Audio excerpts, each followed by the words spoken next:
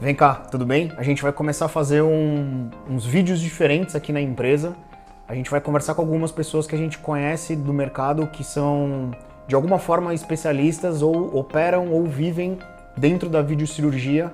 E a gente vai conversar um pouquinho sobre a rotina, sobre cirurgia, sobre manutenção. Espero que vocês gostem do bate-papo. Hoje eu tô com a Fátima Cruz. É uma mulher que eu conheço há uns 20 anos mais ou menos. Ela tem uma empresa de locação de videocirurgia, então ela aloca equipamentos, instrumentos, óticas rígidas, todas as soluções que são necessárias para acontecer uma cirurgia por vídeo. Fátima, eu queria que você falasse um pouquinho para quem não entende muito sobre videocirurgia. É uma pergunta boa. Do que ela veio lá de trás, das cirurgias convencionais, a videocirurgia chegando no Brasil, o que ela representou, como é que ela veio e como é que ela representou rapidinho, resumidamente, para o pessoal entender. Ó. Bem, a cirurgia por vídeo, ela veio para otimizar tempo, para otimizar estadia do paciente dentro do hospital, né? Porque você deixando o paciente menos tempo dentro do hospital, você evita várias outras coisas. E evita tempo, que ele custa mais, evita eventuais infecções pelo tamanho da incisão. Exatamente. Evita o tempo de estadia dentro do hospital, evita infecção, porque você tira esse paciente mais rápido. Você chega hoje, opera um paciente que faz uma cirurgia de vesícula. Você opera ele de manhã à tarde, ele está na casa dele. Uhum. Eu operei a minha vesícula e eu, com 3 dias, estava trabalhando.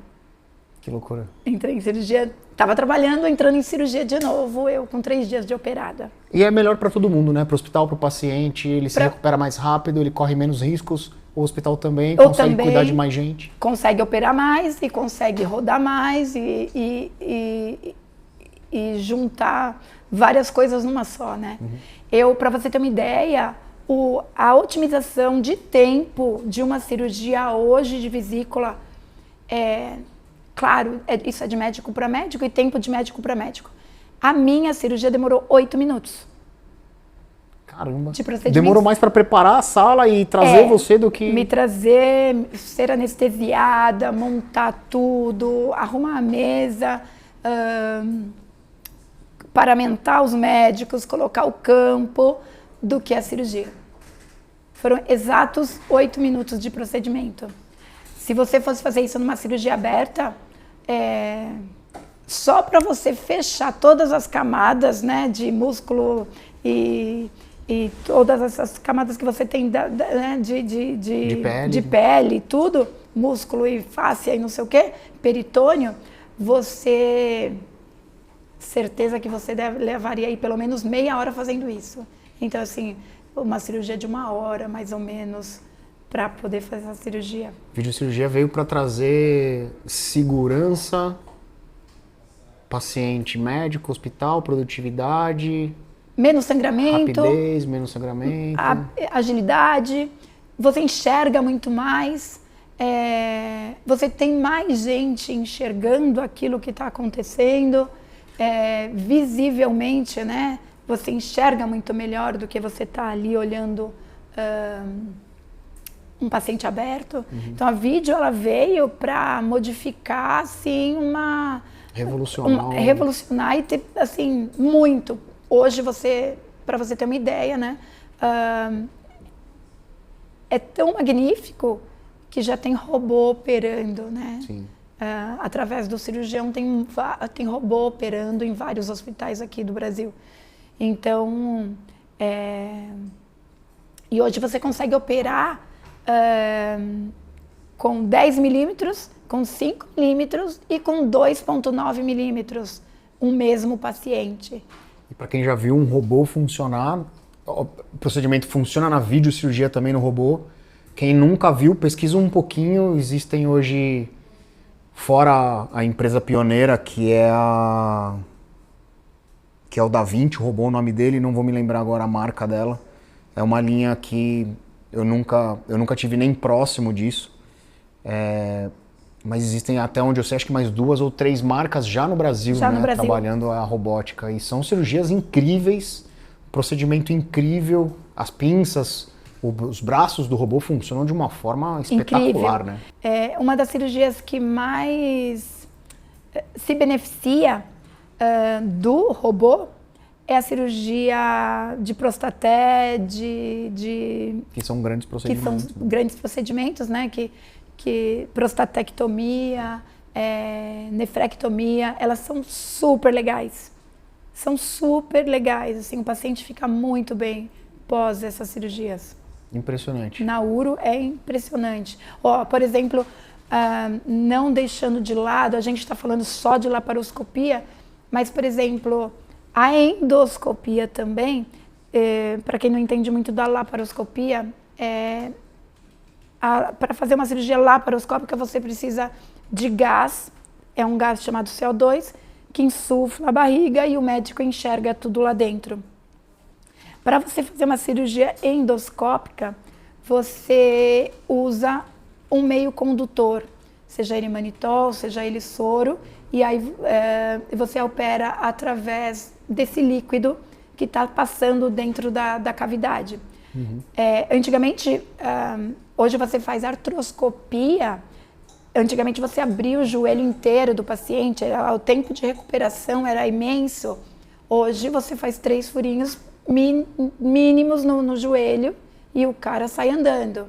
Uhum. Você opera um ombro e idem. Literalmente, né? Literalmente. Você faz, antigamente, para você tirar um cálculo do rim, você tinha que abrir o paciente, demorava um tempão. Hoje você tira pelo canal da uretra através de uma endoscopia. Uhum. Então, assim, evolucionou muito, né, a cirurgia. Os procedimentos de uma forma geral, né? Muito, muito. Legal. Como é que foi a sua trajetória? Como é que você entrou na videocirurgia e como é que você chegou nessa parte de locação de equipamentos e instrumentos? Isso é legal. Essa minha história é muito legal. Sou instrumentadora há 30 anos, então eu nasci com a laparoscopia no Brasil, praticamente. Trabalhei com um dos precursores da laparoscopia no Brasil, que é o Dr. Sérgio Hall. E aí fui trabalhando e aprendendo sobre o material, aprendendo a montar, a desmontar, a saber o que está montado certo, o que está montado errado, porque, né, ninguém sabia, era tudo muito novo para todo mundo. Então, era médico, instrumentador, todo mundo ali para poder fazer com que aquilo ficasse perfeito para começar uma cirurgia. Então, assim, é muito minucioso tudo que eu passei. Você instrumentava só para ele? Não, eu comecei antes num hospital como instrumentadora de cirurgia aberta. Sim. E nesse hospital já tinha um médico que começou a levar a cirurgia, mas onde eu fiquei, que eu comecei mesmo, foi com ele, Sérgio Hall, que fazia cirurgias que ele tinha o próprio equipamento, né? Na época que a gente começou a cirurgia de laparoscopia, os hospitais não tinham, então assim, os médicos tinham os equipamentos, eles tinham os próprios instrumentais, eles tinham as próprias óticas, e quem tomava conta desses materiais, desses equipamentos, eram nós instrumentadoras, que fazia toda a limpeza, que a gente fazia todo o processo para iniciar a cirurgia, nós que fazíamos. Uhum. E depois disso, eu saí do Sérgio Hall por opção e fui trabalhar com outro médico conhecido também, que isso é muito legal, porque quando a gente fazia cirurgia, a gente cancelava, convertia muita cirurgia nesse hospital. Muita, assim. Então, a gente tinha uma média de 5 vesículas por dia e 4 a gente convertia. Por que a gente convertia? Porque esse hospital em particular fazia locação de equipamentos e instrumentais e era muito ruim, muito ruim. E eu vendo aquilo, né, já vinha há alguns anos da laparoscopia e fazendo cirurgia e vendo que o resultado da cirurgia era muito bom, que o paciente ia embora muito cedo para casa fazendo a cirurgia por vídeo. Um dia eu estava numa cirurgia e muito complicada, muito difícil, não enxergava. Não enxergava não é porque sangrava, não enxergava porque não tinha condições. A ótica estava em más condições, os instrumentais em más condições, a câmera em más condições, tudo muito ruim. E eu virei para os médicos que eu estava operando e falei assim, e se eu, Fátima, comprar um equipamento e colocar aqui no hospital, vocês oferecem para o diretor para trazer qualidade para vocês. Para eles operarem com o meu material, para vocês poderem ter qualidade de serviço e a gente não precisar converter uma cirurgia. A cirurgia parou, todo mundo parou, olhou para minha cara e falou assim, como você vai fazer isso? Eu falei, eu não sei, mas eu vou fazer. E aí eu falei, vocês só me dão tempo e eu vou fazer. E aí eu comecei a correr atrás, pedi o primeiro valor, que na época, assim, eu acho que é até legal falar, porque eu pedi 60 mil para começar o trabalho e entrei nesse hospital. A gente nunca mais teve uma conversão por material ruim ou por um equipamento ruim.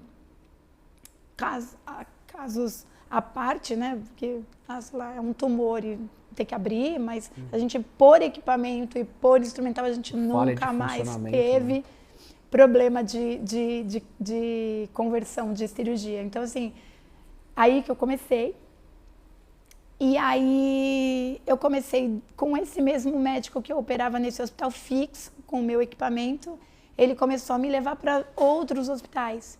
Então, ele me levava para o São Luís, ele me levava para o Alvorada de Moema, ele entrava com o meu equipamento e eu fazia cirurgia, montava tudo para ele no hospital e ia embora. Então, eu fazia isso, a gente chamava na época de serviço volante. E aí os médicos que operavam nesses mesmos hospitais começaram a ver o meu trabalho e falavam, eu quero operar com o equipamento da Fátima, eu não quero operar com o equipamento da casa. Então os hospitais começaram a me chamar, falar, olha, Fátima, você pode, o médico fulano vai vir aqui, você pode trazer o equipamento porque ele quer operar com o seu equipamento? E assim que eu comecei.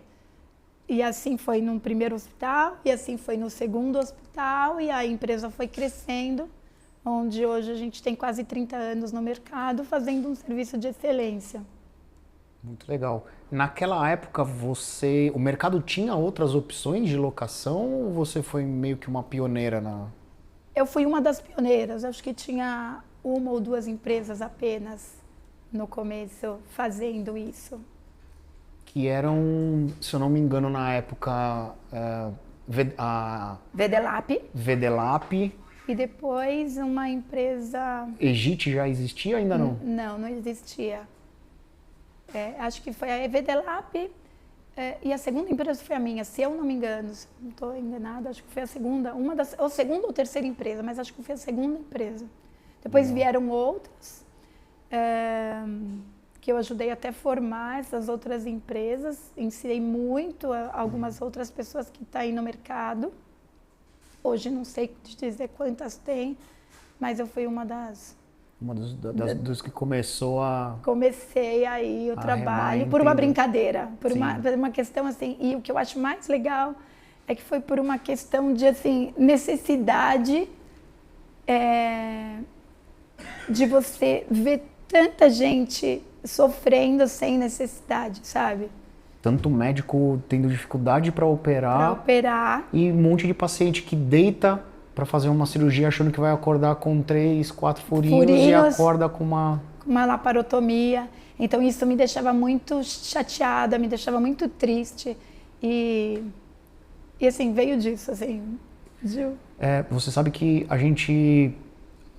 o nosso trabalho aqui de manutenção, a gente tem, apesar da gente conhecer os instrumentos, saber exatamente qual que é o funcionamento deles, independente da marca, acontece da gente não conseguir enxergar algum defeito ou alguma reclamação. Então, pra gente pode ser que na bancada ele saiu reparado, consertado de uma forma que a gente entende e sabe que está funcionando, ou chegou esse material pra gente com uma reclamação e na bancada a gente não identifica a reclamação. A gente não identifica o problema que o médico está dizendo que tem. E aí normalmente o que a gente faz? Pega esse material, conversa com o hospital, agenda uma cirurgia e assiste a cirurgia, isso junto com o médico. Com esse tipo de ação que a gente faz, a gente consegue entender a importância real, de verdade, de um equipamento e de um set de instrumentos e uma ótica rígida tá funcionando exatamente como ela precisa estar, porque a gente está lidando com uma coisa séria, né? Sim. Por exemplo, acontece muito isso com alguns materiais específicos. Por exemplo, tem um instrumento chamado bipolar, que você olha, você testa ele, a gente faz alguns testes, né? Você como empresa de manutenção e a gente como empresa de locação, a gente também faz esse teste, né? Alguns testes específicos. Todo o reprocesso antes da cirurgia. Sempre antes da cirurgia, qualquer material que a gente pega novo ou que passou por manutenção, a gente faz o teste nele antes. Antes de esterilizar, antes de colocar para uso, a gente chega no hospital e a gente faz o teste, por exemplo, se uma tesoura está cortando, a gente faz um teste se um bipolar está passando corrente. Minimizar eventuais problemas lá na ponta a hora que o médico tiver operando. Exatamente. E mesmo assim, acontece. E às vezes é um problema de calibração de um aparelho de bisturi, que não consegue passar essa corrente adequada. Às vezes é o próprio médico que encosta no trocáter e aí essa energia dissipa. Então é super complexo, sim, eu acho, fazer um serviço de manutenção, até porque a gente também faz esse serviço, né? Não conserta, mas a gente faz esse processo antes da cirurgia. Então, eu sei o quanto é complexo você fazer a manutenção desse material. Sim. Quantas cirurgias a sua empresa faz hoje locando instrumental e os equipamentos, né, a solução de vídeo? Quantas cirurgias hoje a tua empresa faz para os hospitais? Olha, eu faço bastante. Uma média de 2.000, mais ou menos, 1.000 cirurgias por mês. Por mês. E eu imagino que o parque de instrumentos, falando da nossa especialidade, instrumentos e ótica, teu parque não é pequeno, grande, né? É muito grande. A gente tem uma quantidade que a gente faz um levantamento por cirurgia, por especialidade, para a gente poder ter esse material adequado para a gente não ficar engessado. Então, assim, se eu tiver 10 cirurgias num dia, ou se eu tiver 15 cirurgias no dia da mesma especialidade, eu consigo fazer essas cirurgias. Consegue atender todo mundo. Eu consigo atender todo mundo. Claro que a gente depende de central de material, a gente depende de expurgo, né? A gente depende de alguns outros setores para que esse material esteja reprocessado para entrar em campo novamente. Sim. Mas a gente consegue. Por quê? Porque dentro da minha empresa eu não viso apenas ganhar o dinheiro, entende? Sim. Eu viso a qualidade do meu serviço, a qualidade de todo esse meu trabalho e eu não quero jamais que um médico reclame. Eu não quero jamais que chegue uma reclamação do nosso trabalho numa diretoria ou numa enfermagem. Por maior que seja o número de procedimentos que você faça. Por maior que seja o número de procedimento que eu faço. Então, assim, eu sou super criteriosa quando eu monto um hospital, sabe? A gente tem um sistema e esse sistema funciona super bem, super bem. Como é que você faz? Basicamente, os teus materiais você não tem um estoque de material fora do hospital, um escritório. Tudo que você tem de material fica dentro dos seus clientes, correto? Eu tenho um estoque, mas eu tenho um estoque mínimo, porque dentro de cada hospital eu tenho um estoque. Sim. Então, claro, eu tenho que ter um estoque mínimo, porque pode acontecer, como já aconteceu, de quebrar no mesmo dia 3 óticas da mesma especialidade. Entendi. Então, eu tenho um estoque mínimo. Se isso não tiver muito rápido na mão para você repor, aí eu vou ter problema, entende? Então, eu tenho que ter esse estoque mínimo, mas eu tenho um estoque muito grande dentro de cada hospital. Legal. Que isso faz com que eu não tenha problema.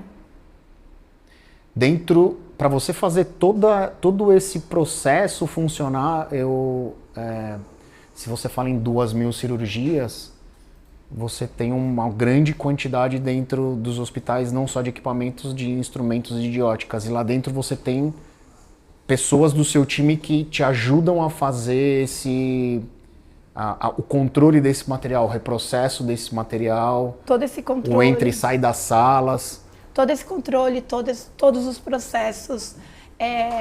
Os meus funcionários, primeiro assim, eles foram treinados, os primeiros meus funcionários, eles foram treinados por mim. Que sou instrumentadora, que participei de muitas cirurgias. Então, assim, eu como empresa, eu conheço muito de cirurgia. E por conhecer muito de cirurgia, eu sei o problema que uma pinça pode dar. Eu sei um problema que uma tesoura que não está cortando, o que pode acontecer. Eu sei o problema de um clipador não estar segurando o clipe direito, o problema que isso pode dar. Sim. Você pode ter uma lesão ali, você pode estar clipando uma artéria e de repente aquilo estourar e você ter problema. Então assim, eu sei. E é extremamente importante você saber identificar quando um instrumento não está funcionando bem, né? Sim, exatamente. Por isso que eu sempre falo para os meus funcionários e por isso que esse legado, né? Esse legado foi passado e eles treinam exatamente. Hoje a minha gerente e os meus líderes, eles treinam exatamente como eles aprenderam. Por quê? Porque eu sempre falo para eles assim, a primeira coisa que você tem que fazer é assistir cirurgia e saber por que o médico está reclamando. Por que ele precisa desse material perfeito. Como é que ele usa aquele set de instrumento. Exatamente. Como é que ele é montado. Os meus funcionários, eles são assim, tão especiais de verdade, assim, eu tenho o maior orgulho em falar isso, que eles são tão preparados para estar em campo cirúrgico, né? Eles não entram na cirurgia, mas eles estão ali, né? Atrás de todo o procedimento, que eles sabem se o médico vai, por exemplo, precisar de uma pinça a mais. Ele já sabe, ele já está ali com a pinça esperando. Para você ter uma ideia, por exemplo, às vezes uma vesícula que esteja muito inflamada, dentro de um procedimento de colecistectomia. Ele não está conseguindo segurar com a grasper dele direito porque está muito inflamada, está cheia de cálculo. O meu funcionário sabe que ele vai precisar de uma pinça com dente. Ele já está ali com a pinça só esperando ele pedir para abrir na mão dele. Então, assim, entender o tempo cirúrgico é muito importante. É muito importante. Com certeza. Ele antecipa eventuais necessidades. Que é o que eu faço como instrumentadora. Eu tenho que antecipar o que o médico vai pedir. Ele não precisa pedir. Sim. Então eu sempre ensino isso para os meus funcionários. Ele não está instrumentando, o seu funcionário não está instrumentando a cirurgia, mas ele Ele tem que estar preparado para estar ali. Conhecer um pouco do médico, conhecer um pouco do que acontece naquela cirurgia já antecipa muito. Muitas situações. Sim, porque, por exemplo, às vezes você ter que deixar a sala, ir até um expurgo, até uma central de material, buscar esse material que o médico pediu, isso leva às vezes 10, 15 minutos a mais de tempo cirúrgico. E é mais anestesia, é mais anestésico, é mais tempo ali o paciente. Então, assim, eu sempre falo, a primeira pessoa que é mais importante dentro de um centro cirúrgico é o paciente. Saiu da cirurgia, a importância da gente fazer aquela prévia dos instrumentos, a pessoa que está ali da empresa acompanhar a cirurgia, conhecer o médico, se o médico tem um procedimento de 40 minutos, a gente pode ter certeza que o que ele quer é terminar esse procedimento em 40 minutos, não em 1 hora e 15, porque ele não quer esticar esse tempo cirúrgico, essa anestesia de paciente. E aí quando você termina a cirurgia, você também, a tua equipe também faz uma análise de novo do material para saber se quando terminou a cirurgia todo o teu material está funcionando como ele precisa estar para ser reprocessado de novo e voltar para a caixa para a próxima cirurgia. A cada cirurgia a gente faz todo esse levantamento. Do antes e do depois. Do antes e do depois, a olho nu, claro. Mas a gente faz todo esse levantamento, a gente desmonta esse material, olha se quebrou alguma coisa, olha se tem alguma coisa torta. Então, assim, a gente tem uma checagem e uma dupla checagem em cima desse material sempre. Porque eu volto a dizer, para a gente o mais importante é a gente entregar um material excelente para o médico fazer a cirurgia. Sempre. Então, para você é importante, faz sentido para você, em todo o reprocesso, eu não vou nem entrar no mérito do material contaminado, CCIH, eu nem vou andar nessa seara aí. Falando em instrumental, funcionamento e durabilidade, a gente sempre pega no pé, sempre orienta os clientes que a gente tem. É comum a gente receber, por exemplo, uma camisa de ressecção, uma camisa de um ressectoscópio, uma camisa de cistoscopia que chega aqui visualmente, chega aqui para manutenção, visualmente as torneiras não são desmontadas para a limpeza antes da esterilização. Faz todo sentido se um instrumento, independente de qual ele seja, se eu consigo desmontar com a mão, que é a premissa da videocirurgia, se eu consigo desmontar ele com a mão sem a utilização de ferramentas, ele precisa ser desmontado para ser limpo, para ser lubrificado e esterilizado de novo. Sim. Todo sentido, a gente tá claro que isso é fundamental para um bom funcionamento e durabilidade. Até porque se você desmonta, ele tem um sentido dele para ele desmontar. Então, assim, voltando à camisa de ressectoscópio, do ressectoscópio ou de uma camisa de ressectoscópio, ele tem uma entrada e uma saída. Você entra com soro ou manitol e ele sai do paciente esse produto. Mas para ele entrar e para ele sair, ele precisa que essa torneira abra e feche. Adequadamente. A gente já chegou a pedir até alicate para abrir e quebrar, porque não abre. Isso. Depois querer desmontar a torneira, ela não desmonta consegue. Porque trava de um jeito. Então, assim, você ter um serviço de preventiva desse material e de manutenção, ela é essencial e fundamental para você poder ter um serviço de excelência ou de locação ou de material próprio do hospital, e uma pessoa que entenda desse material. Porque eu acho que o mais importante de tudo é você saber com que você está lidando. Que tem muita gente que não conhece.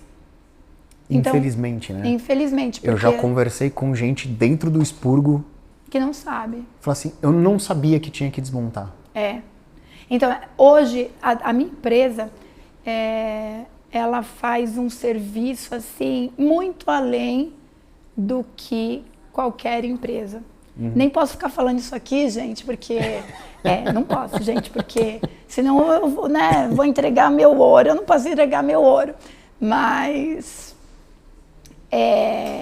a gente dá treinamento. A gente está em constante atendimento ali com o expurgo, com a central de material, com a circulante da sala. O tempo inteiro a gente está conversando com os cirurgiões. Tem que ser um relacionamento muito estreito, né? Tem. Para você entregar funcionabilidade, qualidade, não tem outro caminho se não for muito estreito. Não tem. Tem que ser muito estreito. Tem que ser muito, de verdade, assim, é uma coisa assim, sabe?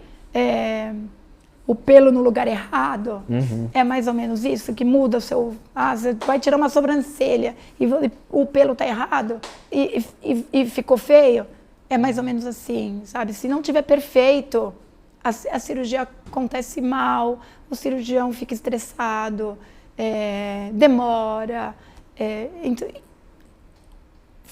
assim, é inevitável. É inevitável essa coisa girar e ter que ser redonda. Eu acredito piamente que se você não cuida de um detalhe, você não cuida de alguns detalhes. Se você não cuida de um detalhe, você dá brecha para alguma coisa errada acontecer. Se você não cuida de alguns detalhes, você dá várias brechas para muitas coisas acontecerem. Então... Muitas, isso assim, é inacreditável que assim você ainda nos dias de hoje você consiga ver tanta coisa errada. Eu infelizmente já vi uma cirurgia ser convertida. Fazem muitos anos já. Mas é muito triste quando precisa converter, porque fora a tensão da sala, né? Ou arrasta equipamento e começa... Não sei se eu posso falar isso, mas ele vai começar... Quando ele converte, ele começa o procedimento do zero. Ele... Já fez algumas coisas, mas tipo, vai ter que abrir tudo do zero ali para tentar entender de onde ele parou e se aí tá sangrando, se aí... É um baita transtorno. Ainda acontece. Sim. Muito ainda, assim, claro, não como antigamente, né? Mas assim, ainda acontece. Ou porque o paciente tem um tumor e você precisa tirar além do que você estava esperado, ou porque está muito inflamado, ou porque às vezes rompe uma artéria ali, ou uma veia e realmente você precisa... Mas uma cirurgia laparoscópica ou endoscópica, ela é muito precisa, né? Então, assim, você enxerga tudo de uma maneira que quando você vai fazer uma laparotomia, você não sabe o que você vai achar. Né? Assim, Sim. E outra coisa diferente também, disso daí que você está falando de converter, você não está lidando com... uma pessoa que chega baleada, ou você não está lidando com uma pessoa que chega esfaqueada, ou com uma urgência de um acidente. Você está lidando com cirurgias que são eletivas, né? Que o paciente foi programado para aquilo, foi pensado. Ele sabe que ele vai ter um furinho ali de 10 centímetros, outro de 5 centímetros, nada além daquilo, sabe? E de repente ele acorda e vê assim a barriga e passa a mão, porque a primeira coisa que o paciente faz quando acorda é pôr a mão na barriga, então deve ser muito ruim. E assim, pra gente como empresa, ou quando estou em campo, é muito triste. Sim. É muito decepcionante, assim, acontecer.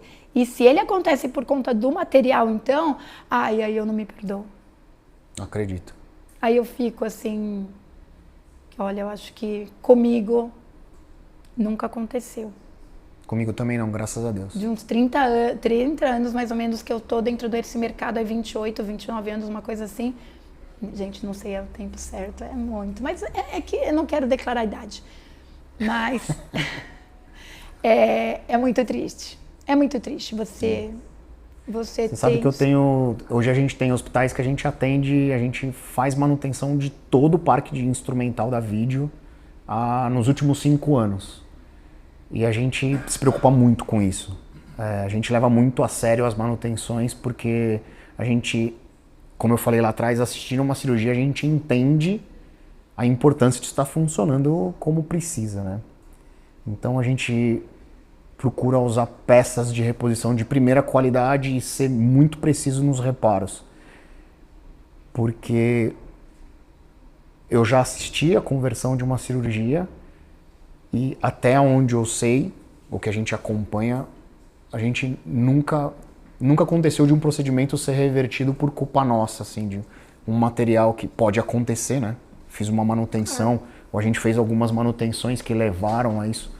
Mas graças a Deus isso nunca aconteceu com a gente. Dentro do nosso hospital, mesmo que a gente aconteça, por exemplo, veio uma ótica da RD6 que a gente foi consertada e a gente colocou em campo para ser utilizada. Sei lá, colocou em campo e ela está embaçada por algum motivo. A gente, pelo menos dentro da nossa empresa, a gente sempre vai ter a reposição imediata. Para não deixar maiores problemas acontecerem. Então, converter uma cirurgia por conta de material dentro da minha empresa, isso vai ser bem difícil acontecer. Porém, pode acontecer. Você pode ter colocado esse material dentro de uma autoclave e ele quebrou lá dentro. Porque você nunca sabe, nunca, sabe como o material vai sair da autoclave. Sim. Por mais que tenha feito as pré-avaliações. Autoclave, para quem não entende, é o que esteriliza todo o material instrumental para uma cirurgia acontecer. Isso está estéreo. Então, é onde faz todo o preparo para esse material entrar nessa autoclave e ele esteriliza a uma certa determinada temperatura e esse material chega estéreo para o paciente, para a cirurgia. Então, toda vez que entra esse material, a gente nunca sabe. Nunca. Por quê? Porque esse material, às vezes ele resseca lá dentro e quebra, estoura, o médico vai pegar na mão e estoura. Então, sempre vai acontecer. Assim, e o mais legal de tudo isso é você sempre abrir um material e olhar para ele. Olhar para ele e falar assim, tá tudo bem. Sim, com certeza. Vamos embora que vai acontecer tudo bem, né? Vai acontecer. Mas a gente sempre tem reposição imediata. Isso sempre. Eu soltei um corte aí pra parte de instrumental que eu falei de desmontar. Isso dá um corte bom. O Marcão, nosso editor, vai certeza soltar. Vou mandar outro agora. Hoje em dia, aqui no Brasil, isso tá é mais comum. Tá mais entendido, estudado e as pessoas sabem da importância. Lavadora ultrassônica. Lavadora ultrassônica para canulados. Porque a gente cruza todos os dias com hospitais que têm lavadora ultrassônica para canulados e por algum motivo não usam o canulado. Só joga lá dentro. Só mergulha. Falando em reprocesso, desmontagem, limpeza. Limpeza não serve qualquer limpeza. Não. A gente está falando de uma limpeza automatizada, né, especial, com máquinas que foram desenvolvidas para isso. Não vamos nem também colocar CCIH de novo. Premissa, né? É o básico que tem para acontecer. Se a gente não coloca uma lavadora ultrassônica na rotina dos seus instrumentos, como garantir que isso está realmente limpo para ser estéreo? Porque não é porque tem um pouquinho que pode ser de sujeira que pode ser estéreo. Sim. Loucura exatamente. A gente pensar nisso ainda, né? E falando em limpeza correta, 100% adequada para a durabilidade de instrumental. Faz todo sentido. Faz todo sentido. Para esse material durar, a gente precisa de várias coisas. E o interessante de tudo isso, você acredita que a água é um dos principais problemas que a gente tem? Acredito. Principalmente quando a gente for falar em pressão e temperatura. Exatamente. A gente tem um problema seríssimo em alguns lugares por conta da água. Ou porque a água é muito ácida, ou porque... Então, assim, você chega a pegar material que ele fica todo escurecido. Uhum. Mas é por conta da água. Do estado, ou da capital, ou da onde esteja. Mas o hospital também não tem culpa. Mas antigamente eu lembro que quando colocaram a ultrassônica para lançar a ultrassônica no Brasil, e aí foi onde entrou os canulados, que tinha que adequar e colocar cada tubinho certinho para poder lavar esses canulados. Eles diziam que tinha que ser lavado com água destilada. Justamente por conta disso. Não sabia dessa. E com os enzimáticos certos, né, que são os detergentes próprios para lavar esse material. A gente tem também um outro material, um outro líquido que é para lubrificar esse material. Antes de entrar na autoclave, então assim, a gente tem todo um processo antes desse material chegar na mão do cirurgião para ele fazer o procedimento cirúrgico. Que às vezes as pessoas, mesmo sendo da área, não têm a noção do quão importante ele é no detalhe, né? No detalhe.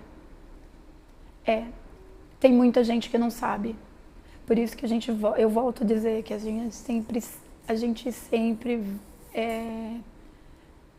bate na mesma tecla de que o material ele precisa ser bem lavado, ele precisa ser bem lubrificado, ele precisa ser bem acondicionado para a gente poder... Em todo o reprocesso. Em todo o reprocesso. Para a gente ter uma excelência. Isso é uma coisa também que a gente tem dificuldade, às vezes, de tentar mostrar isso para o hospital, a importância disso. Eu tive uma coisa bem interessante essa semana. Eu bati um recorde, em 30 anos eu bati um recorde de esterilização de uma ótica. Isso aqui para você que faz manutenção, isso que é bem interessante. E para quem é vendedor também, de óticas também. Olha o corte, olha o corte. Eu utilizei essa ótica 1.150 cirurgias. Eu reesterilizei elas 1.150 vezes. Sensacional. Para quem não sabe, a Fátima, dentro do processo dela, ela consegue controlar. Isso é impressionante. É uma loucura, assim. Eu fico de boca aberta quando eu paro para pensar como fazer isso. Ela consegue controlar todos os instrumentos, óticas, bandejas. Quando entrou no hospital, quantas cirurgias fez, quem foi o médico, quem foi o paciente. Então, eu não falei no começo, mas quem conserta a parte de instrumental e óticas rígidas da Fátima é a gente, a RD6, que faz nos últimos 12 meses.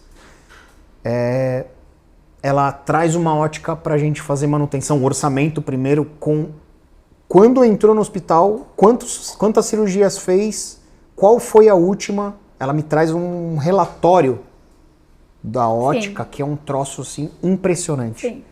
Mostra a importância do controle para você entender também o quanto esse material está produzindo para você, né? Você não pode comprar uma ótica de 30 mil reais e ela fazer 10 cirurgias. Né? Sim, então assim, é um processo, né? Todos esses protocolos que a gente tem, eu fui estudando e a gente foi juntando junto aos funcionários, entendendo como era isso, para a gente poder ter esse critério para chegar nisso. Então, essa ótica, assim, a gente teve uma ótica nova que saiu da caixa, fez mais de 1.100 procedimentos. 1.150 procedimentos cirúrgicos. esterilizou 1.150 vezes. Impressionante. Essa ótica, eu te falo que ela entrou no hospital em 2018 e ela saiu pela primeira vez para manutenção agora. Impressionante. Em 2026. Eu nunca tinha visto um controle desse assim. Foi com vocês que eu conheci, primeira empresa, porque a gente imagina que os hospitais eventualmente façam, uma engenharia clínica eventualmente faça. E a gente entende a complexidade disso. Imagina uma engenharia clínica dentro de tudo que ele tem que tocar dentro do hospital, conseguir controlar quanto uma ótica, eles devem ter 300, quanto uma ótica fez de procedimento de esterilização. É uma coisa realmente muito complexa, né? Mas mostra a importância de você entender o quanto o teu material está rendendo. Eu acho que isso ele tem que ser feito com todo o material, né? Eu acho que mesmo um hospital que compra um material, e por isso que eu acho que talvez alguns hospitais prefiram ter a locação, porque o material de vídeo ele é delicado, ele quebra muito fácil. Para você fazer uma cirurgia de vesícula, a pinça de cirurgia aberta toda de metal e desse tamanho.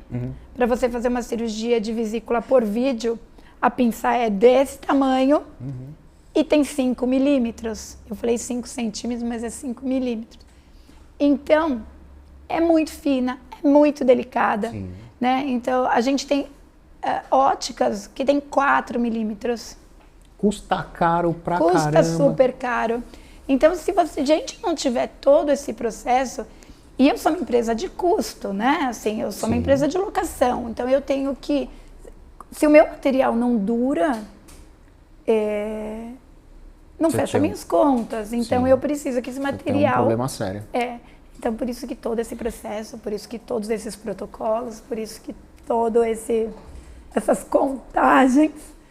Mas eu acho super interessante, eu acho muito legal. Tá rolando uma movimentação aqui, porque essa baita conversa que a gente está tendo está acontecendo num horário comercial, a empresa não para, a gente tem muitos processos para dar conta e a gente tem cliente esperando a gente na rua, então a ideia é a gente bater um papo descontraído no meio da empresa com tudo acontecendo. Precisa ser assim.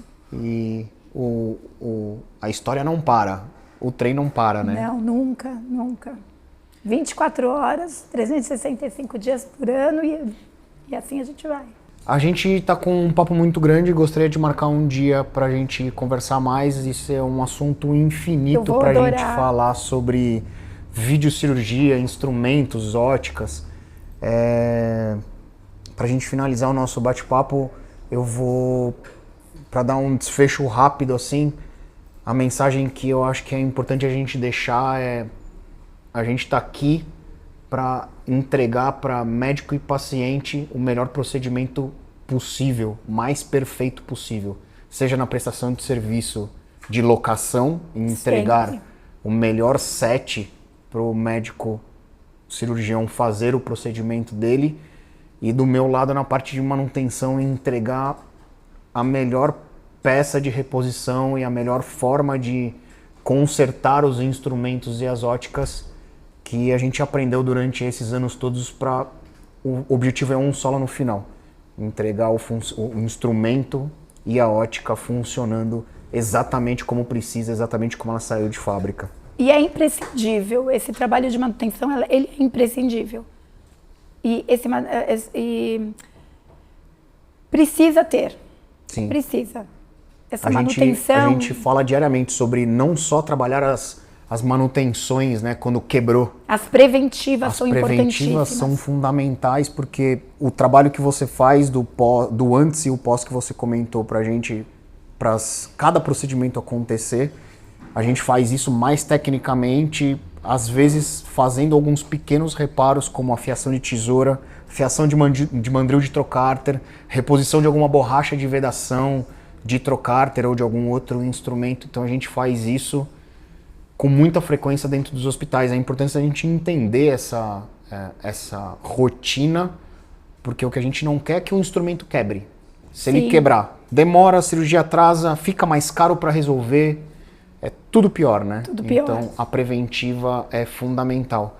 Vou pedir eu tenho essa foto, eu vou mandar pro Marcão, vou pedir para ele fazer um corte agora e mostrar a foto para vocês do que é um material que não é bem reprocessado e o que isso acontece num curto, médio espaço de tempo. Foto.